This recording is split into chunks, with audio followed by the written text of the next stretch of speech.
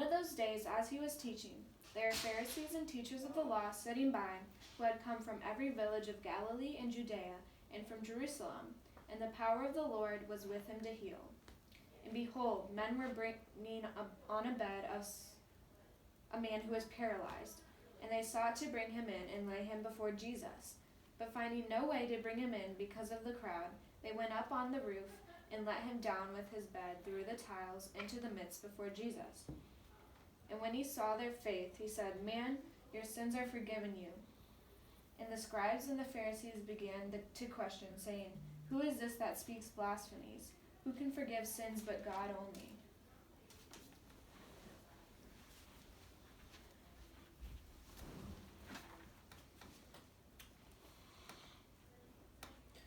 When Jesus perceived their questionings, he answered them, "Why do you question in your hearts? Which is easier to say, 'Your sins are forgiven you,' or to say, 'Rise and walk'? But that you may know that the Son of Man has authority on earth to forgive sins." He said to the man who was paralyzed, "I say to you, rise, take up your bed, and go home." And immediately he rose before them and took up that on which he lay and went home, glorifying God. And amazement seized all of them, and they glorified God and were filled with awe, saying, "We have seen strange things today."